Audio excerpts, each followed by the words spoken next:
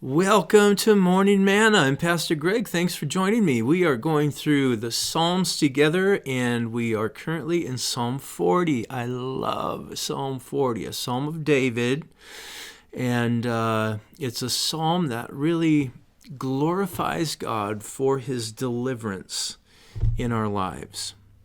And God who is able to free us from situations and circumstances and predicaments in life that we cannot free ourselves from. And things happen. God is glorified when he does that for us, when he opens up the Red Sea and enables us to pass. And so David is recounting God's deliverance in his life. And the interesting thing about deliverance is, we said this last time, is that it results in a fresh expression of praise to God. And, our heart for worship is reignited because we are so just full of gratitude because God brought us through that financial challenge or brought us through that difficult circumstance. And that's a good thing, to have fresh expressions of praise and worship flowing through our lives. So we want to continue on with verse 5 now, as David gives us really what I would call the key to ultimate happiness in life. You'll see what I mean here. Verse 5. Blessed is the man who makes the Lord his trust. So, blessed, that's it's a Hebrew word that means overall well-being. It's shalom, it's peace and joy and all of that kind of rolled into one. So the person who trusts in the Lord, that's the blessed person. They're trusting. The weight of the problems of life is not on them, it's on the Lord. They're trusting in the Lord. That person is going to be super well adjusted and very, very, we would say happy. But the negative part of that, the flip side, who does not turn to the proud, to those who go astray after a lie. So they trust in the Lord and they don't turn astray to a lie to try and fix things or get out of things. So they trust in the Lord. So David goes on, you have multiplied, O Lord my God, your wondrous deeds and your thoughts toward us. None can compare with you. There's no one like you, Lord. And then he says, I will proclaim and tell of them, yet they are more than can be told. I'm gonna tell people about what you've done in my life. I'm gonna magnify you to the people around me and the people that you've placed in my sphere of influence. I'm going to talk about you, Lord, to others and how great you are. And there's no one like you. And that really is the natural flow of the Christian life, is we experience the goodness of God and we just want to tell others about how good he is. And that's how the gospel spreads, honestly. It's more than, the programmatic things or the strategies and all of that. And all those are good and useful. But I believe the gospel spreads more than any other way through people experiencing God's deliverance, God's salvation, God's goodness. And they're so filled with gratitude that they just have to tell people about it. And so, let's move on. Now, I mentioned last week that this was a messianic psalm, and these next few verses are actually quoted in the book of Hebrews in reference to Jesus. So we know that these next few verses, the 4 verses, 5 through 8 rather, are in reference to Jesus Christ, 6 through 8, sorry. And So we don't have to wonder about that. We don't, as we make application through these verses, we don't, okay, am I going too far with this Jesus application? No, because it's quoted in the New Testament, applying directly to Jesus. So, notice verse 6, in sacrifice and offering you have not delighted, but you've given me an open ear. So I want you to notice here that this is such an interesting thing. In sacrifice and offering you have not delighted. So the Lord gave a sacrificial system to the children of Israel in the Old Testament.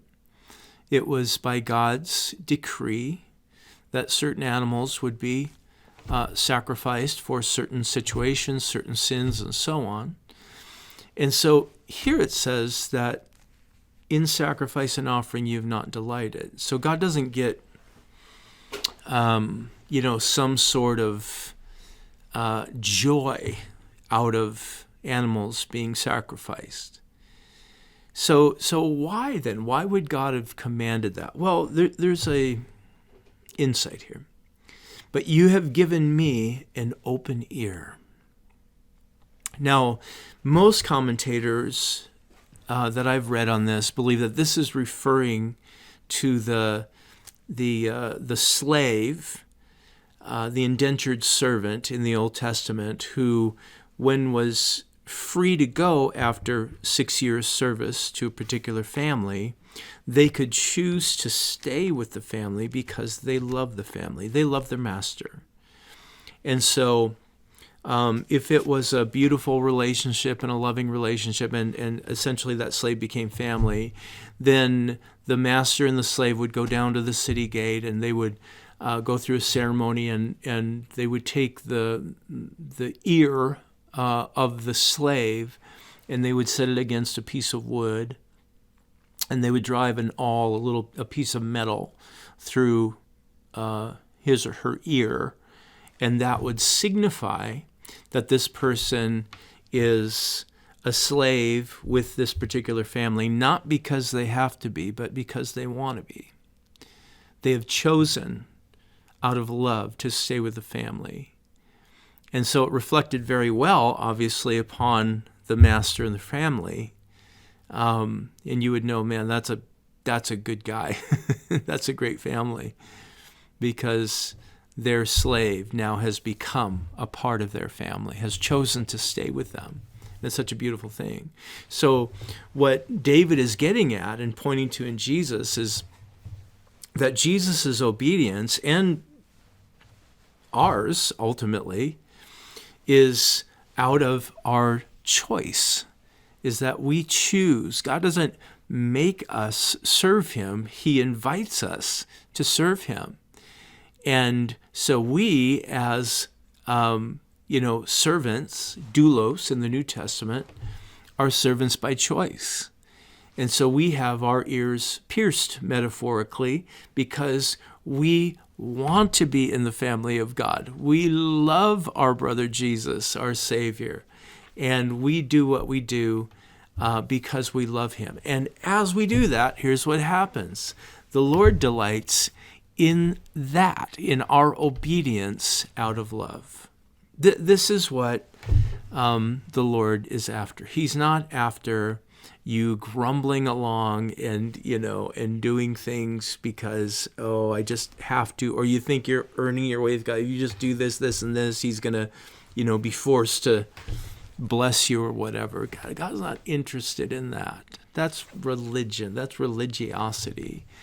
God's interested in a love relationship with us, where we do what we do because we love him and we know he loves us. And man, when you love someone, when you full on love someone, you'll do anything for them. And so God's delight is not in sacrifice and offering. His delight is in his children doing their works of obedience out of love for him. And it's like a father, an earthly father. I get so delighted when my kids do things that are just not solicited, not demanded, not expected, but because they love me. It's a great blessing. So he expounds upon it. Burnt offering and sin offering you have not required. Then I said, behold, I have come. In the scroll of the book it is written of me, I delight to do your will, O my God. Your law is within my heart.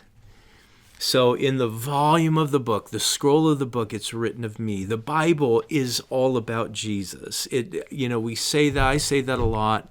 It is literally true that Jesus is on every page of the book. Oh, not the name Jesus, but who he is in his character, his nature is prophesied right in the first book of the Bible. His return is, at the end of the last book of the Bible, and he is on every page in between.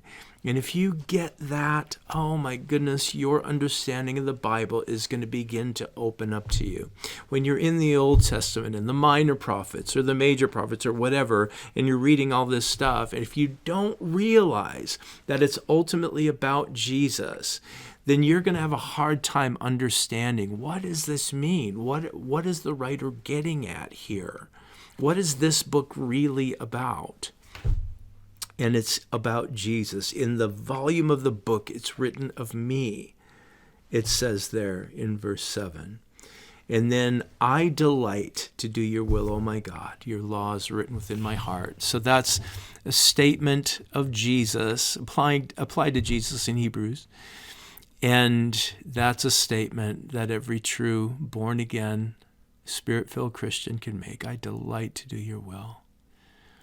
Listen, we obey God out of love for God, and God gets pleasure out of it. And guess what? When God gets pleasure, joy comes flooding back into us. And it's this beautiful full circle. We obey, God is delighted, joy floods our hearts. We'll never outgive God, ever, in any way, shape, or form. And so living a life of obedience is the greatest life that you can possibly live.